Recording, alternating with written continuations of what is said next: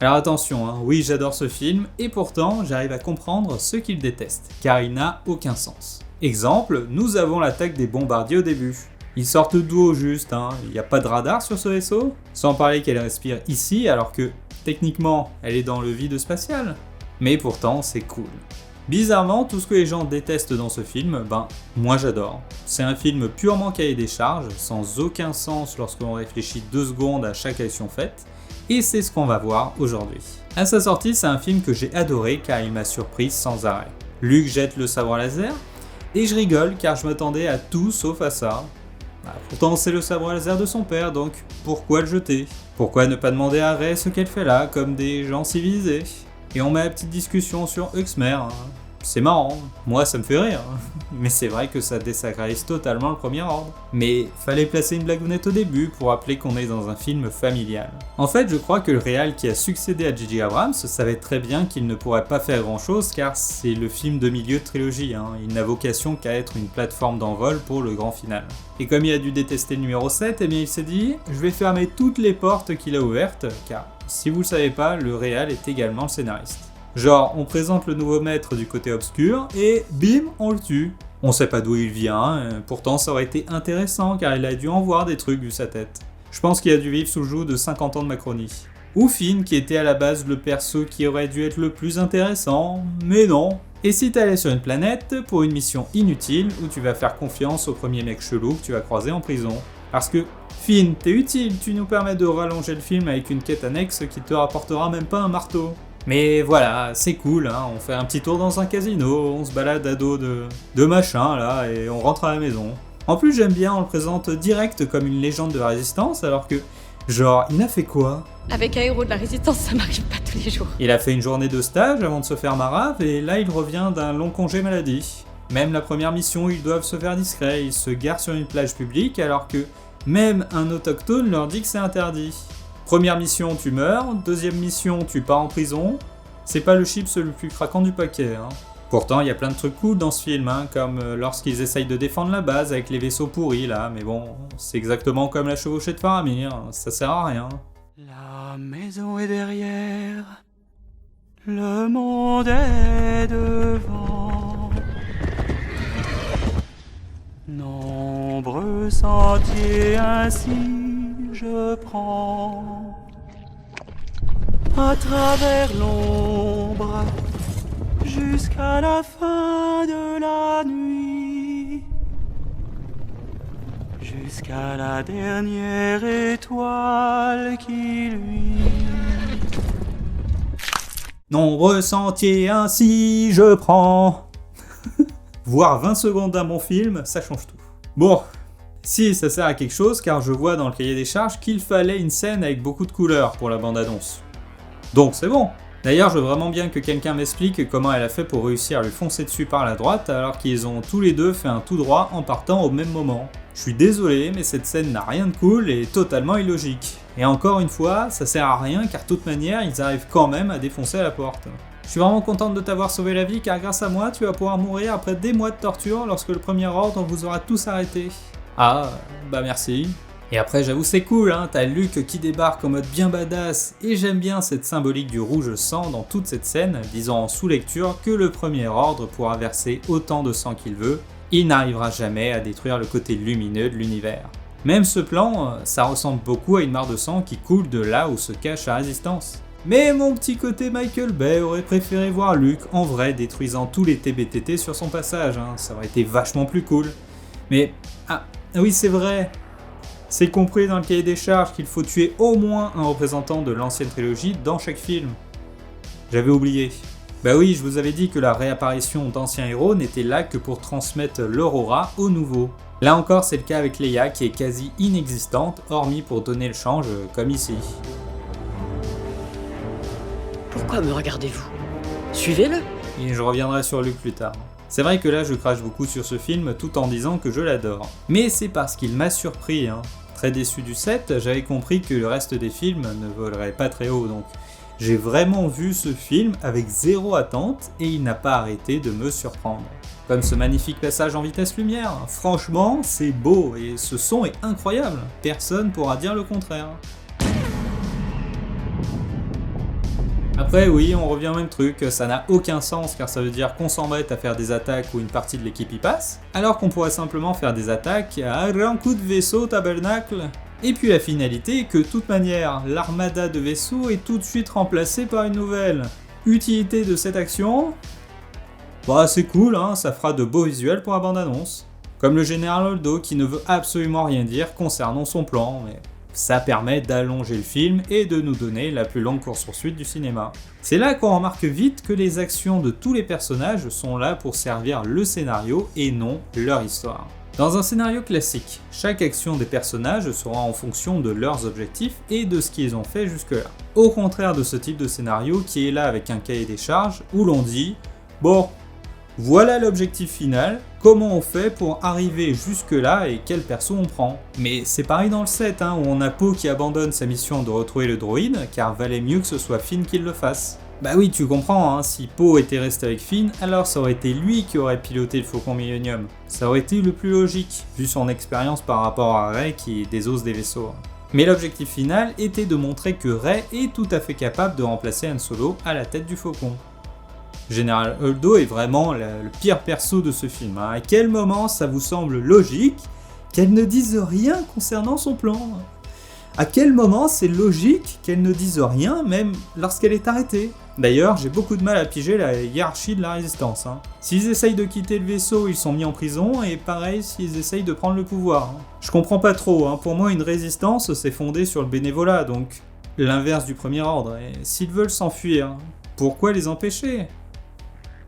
En passant, la note positive du dernier plan, je la trouve vraiment à l'arrache, parce que la résistance a été décimée, ils ont plus de vaisseaux, plus rien hormis le Faucon, mais bon, ça va, tu vois, tranquille, une belle fin à la David Goodenough. Et ils se retrouvent tous enfermés ici en attente d'être cueillis, mais vous inquiétez pas car de toute manière Rey arrivera pour les sauver grâce à un vaisseau que toute l'armada du premier ordre n'a pas détecté. Faut vraiment qu'ils avancent la date de révision de leur radar, là c'est plus possible. Mais ça permet quoi ? D'encore une fois, faire une belle image de Rey avec les rochers. C'était compris dans un cahier des charges pour la bande-annonce. Et là aussi, mon petit côté Michael Bay aurait aimé voir débarquer plein de vaisseaux venant de toute la galaxie pour défendre la résistance. Et je pense sincèrement que Rian Johnson voulait le faire, mais ça aurait été tellement impressionnant comme bataille que ça aurait sûrement éclipsé celle du numéro 9. Alors on lui a dit non, je pense.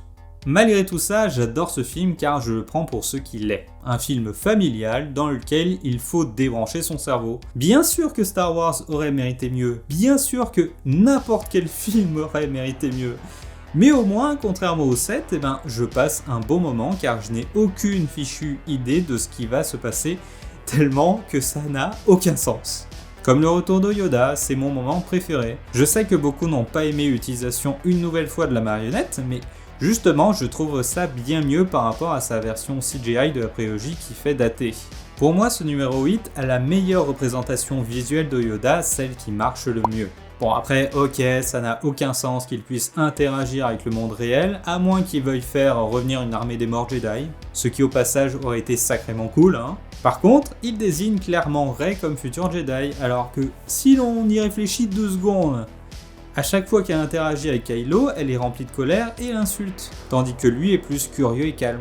J'aurais tellement aimé que les rôles s'inversent et que Rey tombe dans le côté obscur. Ça aurait été cool. Je comprends toujours pas les motivations de Kylo, mais j'aurais tout à fait compris que Rey soit tentée. Elle est en colère, elle a pas de parents, et en plus elle est orgueilleuse. Elle passe son temps à chercher sa place dans l'histoire, comme si elle savait son importance. T'es pas le centre de l'univers, meuf. Un des éléments que j'adore, et qui a ensuite été détruit par J.J. Abrams, c'est le fait qu'elle n'ait pas vraiment de parents. Alors, j'aime les persos qui viennent de nulle part et qui transcendent leurs conditions par leurs actions. Un perso qui est là que parce qu'il a un lien de parenté, ça m'intéresse tout de suite beaucoup moins. J'adore aussi que le film crache ouvertement sur Kylo Ren. Enlève ce masque ridicule. J'adore Luke qui le ridiculise ici en mode « Eh ouais gamin, t'as vu, je reste le boss. » On se reverra mon cran. And his name is John C. Ou toutes les discussions entre Rey et Kylo qui soulignent l'importance du champ contre champ très bien amené. Je vous ferai une analyse de plan là-dessus d'ailleurs. Tu n'as rien à te mettre, une cape, je sais pas, une tunique. Serpent, assassin. Même ce plan est clairement cool avec la maison qui explose et la pluie qui s'abat maintenant à l'intérieur. Ça, c'est vraiment cool. Alors oui, Kylo Ren reste intéressant, mais il a tué Han. Vous pouvez faire ce que vous voulez avec ce perso, pour moi, c'est fichu. En revanche, il y a quand même certains trucs sur lesquels je grince énormément des dents. J'ai même du mal à les revoir, tu vois. Genre, Luke apprend la mort de Han et on coupe sa réaction au montage. Là, je comprends pas. Je sais pas qui est l'abruti qui s'est dit on va couper ça. Vous êtes dans quelle galaxie pour croire qu'il y a des gens qui ne voudraient pas partager le chagrin de la perte de ce perso? Ça, franchement, ça m'énerve. Il y a plein de trucs que j'arrive, tu vois, à passer au-dessus en mode vas-y, c'est juste une blague ce film. Mais il y a des trucs, non quoi. C'est péché. Comme la mort de Luke. Un simple fondu enchaîné. C'est nul. C'est nul! C'est nul. C'est une technique de youtubeur, ça, pas d'un film à 200 millions. Comme le traceur en poignée de Leia, où elle nous dit que c'est pour que Rey puisse s'y retrouver, mais genre, après qu'ils ont été suivis en vitesse lumière, il y a vraiment aucune personne sur ce vaisseau qui s'est dit « Bon, on va fouiller partout, doit bien y avoir un traceur quelque part. » Pourquoi personne n'allume son cerveau dans ce film? Franchement, pourquoi Rose lui raconte toute sa vie en 2 minutes ici? Pourquoi Finn se barre pour trouver une solution au problème et miraculeusement, comme par hasard, il trouve sur son chemin une personne ayant la réponse? Et puis tu vois qu'on a réussi à te suivre en vitesse lumière. Alors, c'est quoi le plus logique pour n'importe qui? En déduire qu'ils ont inventé une nouvelle technologie qui permet de te suivre, ou bien te demander s'il n'y a pas un mouchard qui envoie ta position en temps réel? Ce n'est pas logique! C'est pas possible ce film. Mais en fou, même dans Stargate, ils ont pensé au mouchard direct, alors que leur scénariste était 10 fois moins payé. Et revenons au dernier plan. Pourquoi le Premier Ordre ne peut pas pister le Faucon Millennium? Si vous avez une réponse, je suis preneur. Peut-être car Leia n'a plus son bracelet, à tout hasard. Ou la scène de Leia Superman. J'étais en mode... ok, bon. Au moins je m'y attendais pas. Ou l'arrivée dans ce décor. Bonjour, bienvenue dans le nouveau studio de tournage de Disney.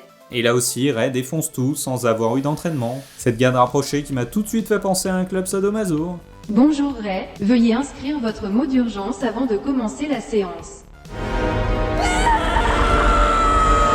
Cependant, le combat reste cool et visuellement très beau, en particulier l'idée d'avoir le décor qui brûle et se désagrège pour dévoiler la vue sur tout l'espace.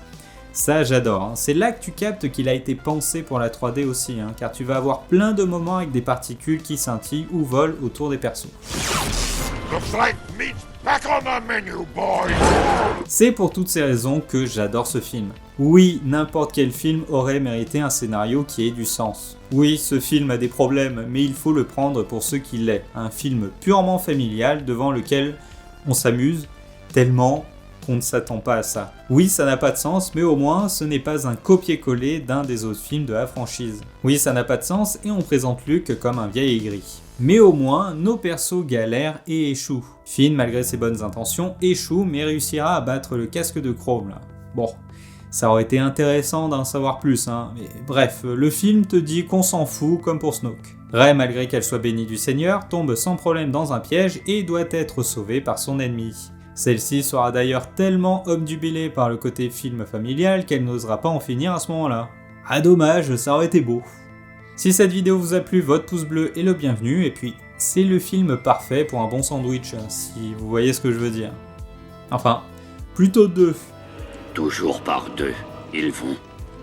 Ni plus, ni moins.